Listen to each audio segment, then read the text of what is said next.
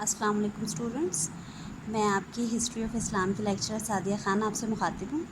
On line classes کے سلسلے میں یہ آج آپ کا دوسرا لیکچر ہے۔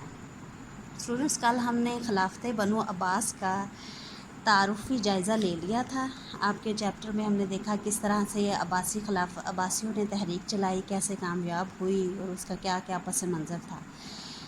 آج ہم پڑھیں گے عباسیوں کی کامیابی کے اسباب، ڈیٹیل میں زیادہ تفصیل میں ہم جائیں گے آپ کا یہ لیکچر، اور اس میں اب ہم دیکھتے ہیں سب سے پہلی وجہ جس نے عباسیوں کو کامیاب کیا بنو امیہ کے خلاف، وہ یہ تھا بنو امیہ کی حکومت جس وقت ہاشمی تحریک عباسی تحریک میں تبدیل ہوئی، اس وقت بہت زیادہ زوال کا شکار تھی۔ آخری خلیفہ بنو امیہ سے جو تھا، ان کا نام تھا مروان ثانی، وہ بہت زیادہ ذہین خلیفہ تصور کیے جاتے تھے، لیکن بدقسمتی سے ان کو بنو امیہ کا وہ دور ملا جب اندرونی خلفشار اور اندرونی بغاوتوں کی وجہ سے سلطنت جو ہے کافی حد تک کمزور ہو گئی تھی۔ بنو امیہ نے ہمیشہ اپنی خلافت کے دوران عربی کلچر، عربی تہذیب و تمدن کو بہت زیادہ پروموٹ کیا، جس کی وجہ سے اور عربی قبائلی تعصب بھی پھر اس وجہ سے ابھر کر آیا۔ اس کی وجہ سے اندرونی بغاوتیں دن بدن ہوتی رہیں، اور ان بغاوتوں کی وجہ سے بنو امیہ کی مقبولیت میں خاصی کمی واقع ہوئی۔ اور پھر کچھ ریزن یہ تھی کہ پے در پے ان کو کچھ کمزور حکمران ملتے رہے جو زیادہ لمبے عرصے تک حکومت بھی نہ کر سکے، اور بہت زیادہ ڈسپلن جو ہے وہ حکومتی ایوانوں میں، خلافت کی ایوانوں میں جو ہے وہ آہستہ آہستہ ختم ہوتا گیا۔ تو اس بنو امیہ کی اس کمزوری سے عباسیوں نے بڑا بھرپور انداز میں فائدہ اٹھایا۔ دوسری ریزن جو ہے جس کی وجہ سے ہم کہتے ہیں کہ عباسی تحریک جو ہے وہ زیادہ تیزی سے کامیاب ہوئی، وہ تھی عموی حکومت سے عوام کی ناراضگی۔ اب اس میں ہم کل کے لیکچر میں بھی بات کر چکے تھے کہ بنو امیہ کے خلاف در پردہ جو تحریک ہاشمی چلا رہے تھے، جو کہ بعد میں عباسی تحریک میں تبدیل ہوئی، اس کی ایک بہت بڑی ریزن تھی سانحہ کربلا۔ اہل بیت کے حمایتی جو تھے وہ در پردہ اہل بیت کی، ہاشمیوں کی، عباسیوں کی پوری طرح سے حمایت کرنے کے لیے تیار تھے۔ پھر انہی دنوں میں ایک اور تحریک جس کو توابین کی تحریک کہتے ہیں، یہ تحریک چلائی گئی۔ یہ تحریک ان افراد نے چلائی جنہوں نے امام حسین کے خلاف سانحہ کربلا میں ساتھ دیا، لیکن بعد میں اس سے توبہ کی۔ تو کچھ یہ وجوہات تھیں۔ سانحہ کربلا ایک بہت بڑا واقعہ ہے، اور اگرچہ کہ بنو امیہ کے سٹارٹ میں ہی، ان کی خلافت کے آغاز میں ہی یہ واقعہ ہو چکا تھا، لیکن عوام در پردہ جو ہیں اندر ہی اندر بنو امیہ کے خلاف جو ہے پورا جو عوام میں جو مکمل طور پہ جو ہے ان کے خلاف جو جذبات تھے وہ موجود تھے، جس کا فائدہ جو ہے ہاشمیوں نے اور بعد میں عباسیوں نے اٹھایا۔ تیسرا پوائنٹ، اس کو کنیکٹ کریے گا، جو میں نے ابھی آپ کو پہلے پوائنٹ میں بتایا کہ ان کے زوال کی ایک بہت بڑی ریزن یہ تھی کہ ان میں آپس میں امن و امان نہیں رہا تھا، بغاوتیں ہو رہی تھی، قبائلی تعصب بہت زیادہ موجود تھا۔ بنو امیہ کی عربیت سے ایران، عراق اور آس پاس کے شام کے، مصر کے ایریاز کے لوگ جو ہیں وہ بہت زیادہ تنگ تھے، اور بنو امیہ بہت حد تک کوشش کرتے تھے کہ کسی بھی بڑی پوسٹ پہ، کسی بھی قسم کی سرکاری ملازمت پہ کسی بھی ایسے فرد کو نہ رکھا جائے جو کہ عربی نہ ہو۔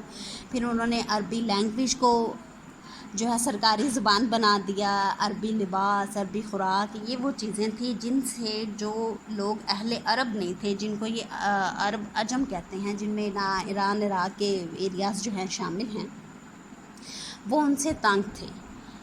انہیں لگتا تھا کہ یہ ہمارے ساتھ ڈسکریمنیشن کی جا رہی ہے۔ تو عباسیوں نے البتہ اپنی تحریک کا مرکز ہی خراسان اور ایران کے ایریاز کو بنایا، جو کہ کافی حد تک بنو امیہ کے خلاف تھے، اور انہوں نے عباسیوں کا ساتھ دیا۔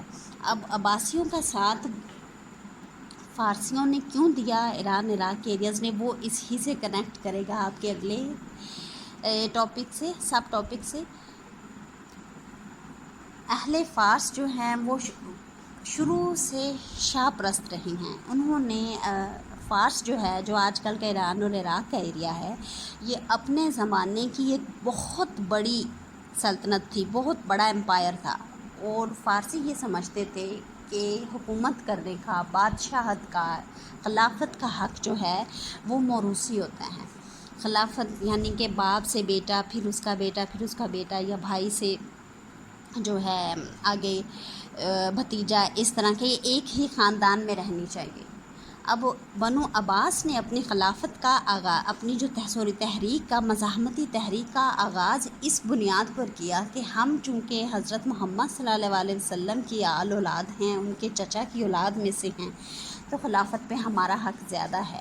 اب خلافت کو جو مذہبی تقدس اور جو موروثی تقدس بنو عباس کی تحریک نے دیا، وہ بہت حد تک اہل فارس کو بہت حد تک اٹریکٹ کیا. تو اس وجہ سے انہوں نے بنو امیہ کے خلاف بنو عباس کا ساتھ دیا. پھر یہ اس سے پہلے بھی ہماری بات ہو چکی کہ عربوں کی آپس میں جنگ، چھوٹی موٹی چھوٹے لیول کی خانہ جنگی، بغاوتیں یہ موجود رہتی تھیں. ڈسپلن کی کمی تھی. شہری اور دیہاتی ایریاز میں رہنے والے عرب ایک دوسرے کے خلاف تھے. قبائل، چھوٹے چھوٹے قبیلے ایک دوسرے سے لڑتے جھگڑتے رہتے تھے. ان کمزوریوں کا ابو مسلم خراسانی نے اور دیگر جو عباسی تحریک کے جو اہم سربراہ تھے، انہوں نے کافی حد تک فائدہ اٹھایا. ایک اور ریزن جو ہے عباسی تحریک کے کامیاب ہونے کی، وہ بنو امیہ کے جو بہت کچھ گورنر ایسے تھے جنہوں نے عوام پہ بہت زیادہ ظلم کیے، جن میں حجاج بن یوسف تاریخ میں بہت مشہور ہے اپنے ظالمانہ کاروائیوں کی وجہ سے. عبید اللہ ابن زیاد، اس طرح کے بہت سے گورنرز تھے جنہوں نے عوام پہ اوور ٹیکسیشن کا نظام لگا کر، یا نو مسلموں کو پر ٹیکس لگا کر، یا ان کو جلدی جابز نہ دے کر، ان سب وجوہات کی بنا پر لوگوں کو اپنے خلاف کر لیا، جس کی وجہ سے لوگوں نے بنو عباس کی تحریک کو کامیاب بنانے میں بھرپور ساتھ دیا. پھر مروان ثانی جو آخری بنو امیہ کا خلیفہ تھا، اس کی قبائلی عصبیت کی بنا پر عربی قبیلے بہت سارے خود اس کے خلاف تھے اور وہ بنو عباس کے ساتھ جا ملے. ایک بہت بڑی ذہانت اور سمجھداری کا مظاہرہ کیا گیا بنو عباس کی طرف سے. وہ یہ کہ انہوں نے اپنی خلافت کا جو مرکز ہے وہ بنایا حمیمہ، ایک بہت دور دراز قسم کا گاؤں تھا، اور بنو امیہ کے جو کیپٹل، جس کو آج کل ہم کہتے ہیں، دارالخلافہ سے دور تھا. یہ ایک بہت زیادہ دانشمندانہ فیصلہ تھا، کیونکہ عموماً جو کیپٹل میں یا دارالخلافہ میں جو بھی سرگرمیاں ہو رہی ہوتی ہیں، اس پہ حکومت کی گہری نظر ہوتی ہے. اب یہ کیونکہ دور دراز کا ایریا تھا، وہاں پہ جو بھی پیپر پلاننگ ہو رہی تھی، جو بھی حکمت عملی بنائی جا رہی تھی بنو امیہ کے خلاف، کس طرح سے، کہاں سے حمایت اکٹھی کرنی ہے اور کس طرح سے لوگوں کو اپنے ساتھ ملانا ہے، یہ سارے واقعات دارالخلافہ سے اتنی دور تھے کہ بنو امیہ کے لیے اس کو ٹریس کرنا مشکل تھا.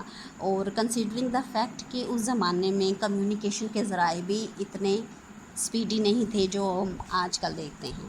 تو یہ ایک امپورٹنٹ فیکٹر تھا بنو عباس کی مزاحمتی تحریک کو کامیاب کرانے میں.